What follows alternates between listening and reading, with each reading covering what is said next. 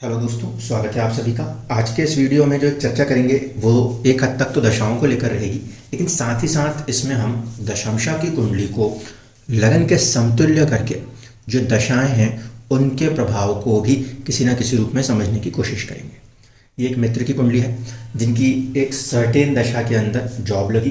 देखिए, बेसिकली अगर हम बात करें तो दशा सिस्टम के हिसाब से जब कभी भी किसी व्यक्ति को कार्य क्षेत्र से जुड़े हुए कुछ काम होते हैं तो उस समय उनके कुंडलियों के अंदर कहीं ना कहीं किसी न किसी रूप में छठे भाव का स्वामी या आपके दसम भाव का स्वामी काम करते हैं।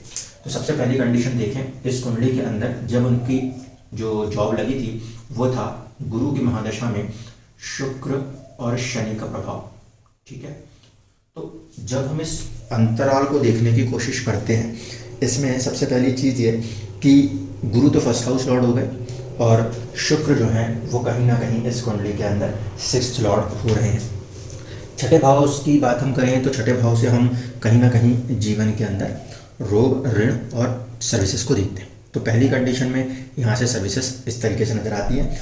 दूसरी एक चीज़ और है कि शनि जो है वो इस कुंडली के अंदर सेकंड हाउस लॉर्ड हो रहे हैं और ऐसा माना जाता है कि छठा भाव, दसवां भाव और दूसरा भाव 2, 6, 10 ये जो भाव हैं ये कहीं ना कहीं वेल्थ त्रिकोण के भाव हैं और इन कंडीशनों में वेल्थ क्रिएशंस की बातें होती हैं।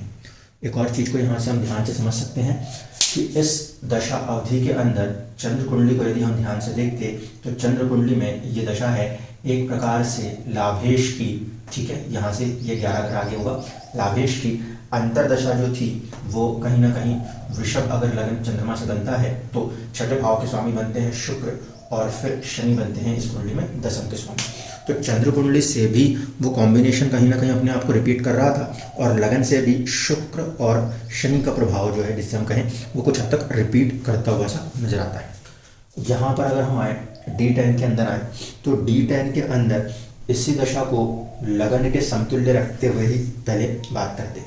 तो जब इसको लगन के समतुल्य रख के बात कर रहे हैं तो स्थिति देखिए, गुरु की जब दशा चल रही उस समय कहीं ना कहीं किसी प्रकार का सुख होना चाहिए था, पहली चीज़।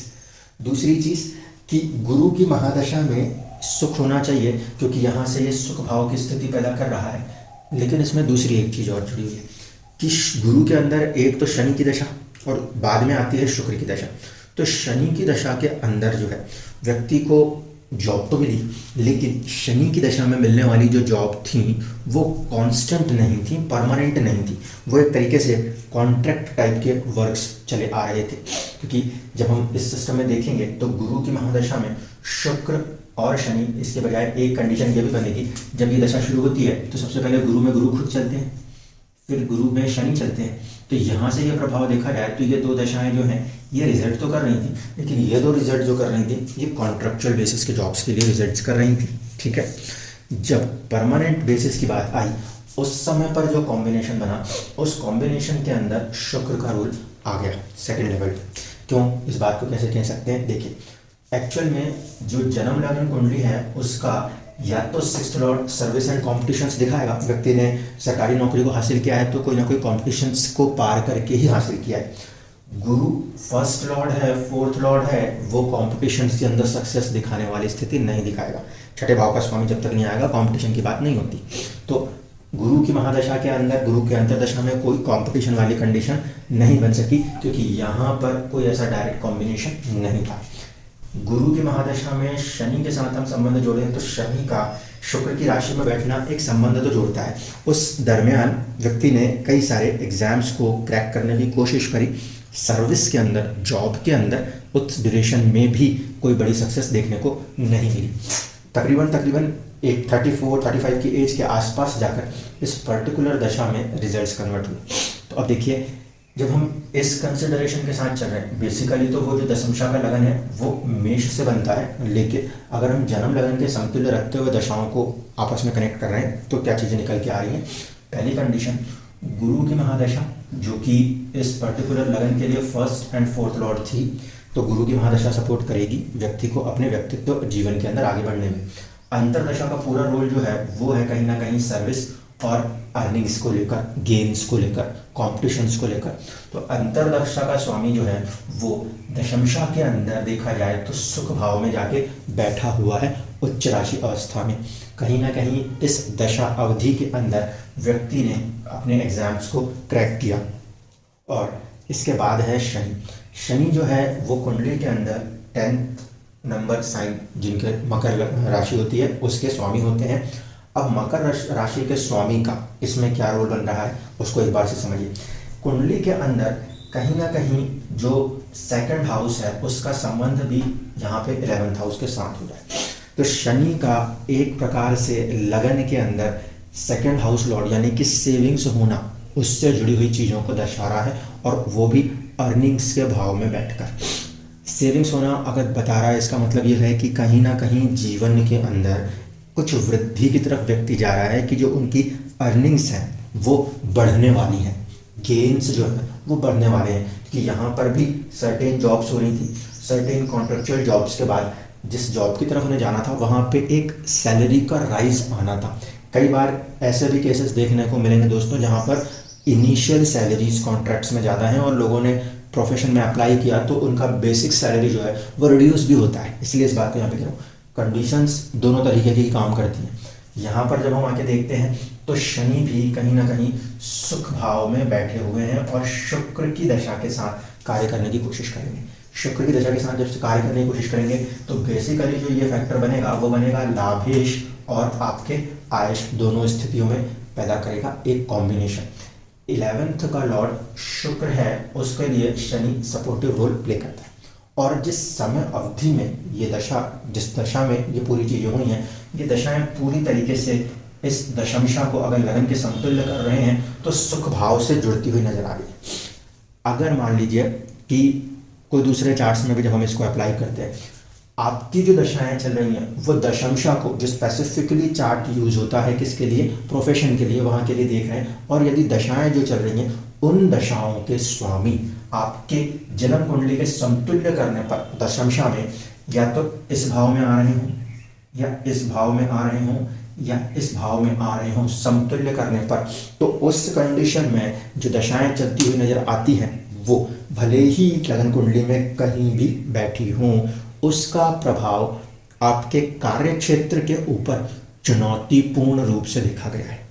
क्योंकि यहाँ पे जो हमारा लॉर्डशिप काम कर रहा है वही लॉर्डशिप को ध्यान में रखते हुए हम सारे डिविजनल चार्ट्स की स्टडी करते हैं। और जब हम डिविजनल चार्ट्स को अपने लगन के समतुल्य करके समझने की कोशिश करते हैं, वहाँ पर यदि किसी पर्टिकुलर ग्रह की दशा, वो जरूरी नहीं है कि शुभ भाव के स्वामी ही हो सकता है अष्टम भाव का स्वामी आपके जीवन में चल रहा हो, लेकिन वो अष्टम भाव का स्वामी आपके दशमशा की कुंडली में अच्छी स्थिति में बैठा होगा, तो उस कंडीशन में वो उस पर्टिकुलर भाव का स्वामी होकर भी, जो कि जीवन में देरियां दिखाता है, डिले दिखाता है, अचानक के तत्व दिखाता है, यदि वो किसी शुभ भाव के अंदर आके बैठ गया तो उस स्थिति में वो अपने अचानक के तत्वों से भी आपको शुभ रिजल्ट देने की कोशिश कर सकता है।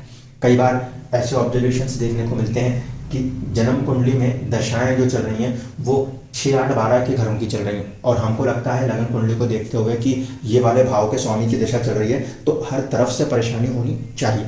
लेकिन कुछ लोग उसके अंदर भी प्रोफेशनली अच्छा राइज करते हुए नजर आ जाते हैं, और कभी कभी अच्छे घर की दशाएं चल रही हैं जन्म कुंडली में, लगन के, पंचम के, भाग्य भाव के स्वामियों की दशाएं चल रही हैं, उसके बावजूद भी जीवन के अंदर कार्य क्षेत्र में या वैवाहिक जीवन में संघर्ष की स्थितियां देखने को भी मिलती हैं। तो कहीं ना कहीं कंसिडरेशन जो है वो आपके जो जन्म लगन कुंडली है उसको समतुल्य करके देखने पर ज़्यादा क्लैरिटी के साथ चीज़ें नजर आती हैं। यहाँ पर ये तीनों के तूनी दशाओं का फैक्टर सीधे सीधे इफेक्ट कर रहा था टुवर्ड्स द 10th हाउस। दूसरी चीज़ को हम यहाँ से देख के बता सकते हैं, एक्चुअल में ये 10th हाउस है, इसका स्वामी बताएगा कि क्या एरिया होना चाहिए, क्या प्रोफेशन साइट्स होने चाहिए। तो बुध है, बुध है मतलब कि आइदर अकाउंट्स के साथ व्यक्ति जुड़ेगा या बच्चों के साथ जुड़ेगा, ठीक है, विद्या वाली चीज़ों के साथ जुड़ सकता है। यहाँ पे जब हम आके देखते हैं तो यहाँ पे हमारे को कुछ हद तक और क्लैरिटी देखने को मिलती है। पहली कंडीशन, यहाँ पे जो 10th लॉर्ड बन रहे हैं उनका संबंध सेकंड हाउस कम्युनिकेशन स्पीचेस के साथ हो रहा है, तो व्यक्ति का जो कार्य क्षेत्र है वो बोलचाल के साथ जुड़ा, पहली चीज़ हुई। दूसरी चीज़ जो हुई वो हुई कहीं ना कहीं बुध जिसे हम बच्चों में वाला ग्रह मानते हैं या बच्चों के समान ग्रह मानते हैं, उसके प्रभाव के कारण स्कूल के अंदर, एजुकेशंस के अंदर उनको मौका मिला। तीसरी चीज़ देखें तो यहाँ पर सूर्य का 10th हाउस के साथ संबंध है, और यहाँ पर ये जो आपका 10th लॉर्ड है इसका सूर्य की राशि में रॉयल साइन में जाके सूर्य के साथ संबंध है। तो यहाँ का कॉम्बिनेशन भी प्लस यहाँ का कॉम्बिनेशन भी रिपीटेड हो रहा है, तो ये गवर्नमेंट के अंदर कहीं ना कहीं चीज़ों को दर्शा रहे हैं। मंगल और शनि के फॉर्मेशंस हैं, और इसके बावजूद यहाँ पे देखें तो गुरु और शुक्र जैसे दो ग्रह जो कि कहीं ना कहीं चौथे भाव में बैठे हैं, एक स्वराशि दूसरा उच्च राशि, उनके प्रभाव है। टेक्निकलिटीज के हिसाब से देखा जाए तो राहु, शनि, केतु, मंगल इस तरीके के ग्रह जो हैं वो टेक्निकल प्रोफेशंस के अंदर राइज दिखाते हैं। तो व्यक्ति के जीवन के अंदर टेक्निकल फील्ड से टीचिंग, स्कूल में एजुकेशन देने वाला काम आगे बढ़ता है, और वो कहीं ना कहीं एक प्रकार से सक्सेस दिखा रहा है।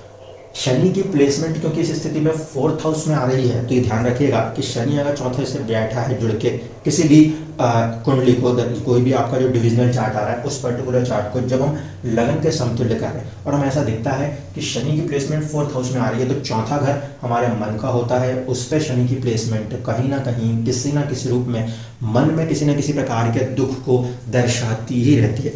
तो वो चीज़ें इस चार्ट के अंदर भी कुछ हद तक कार्य करती हुई नजर आती हैं। ध्यान रखिएगा, जब कभी भी हमने अपने किसी भी डिविजनल चार्ट को अपने लगन चार्ट के समतुल्य किया, उसके बाद ग्रहों की जो प्लेसमेंट्स वहाँ दिख रही हैं, दशाओं को लगाते समय वो प्लेसमेंट्स हमें कुछ ज़्यादा बेहतर तरीके से क्लैरिटी देती है कि रिजल्ट्स किस तरफ मूव ऑन कर रही हैं।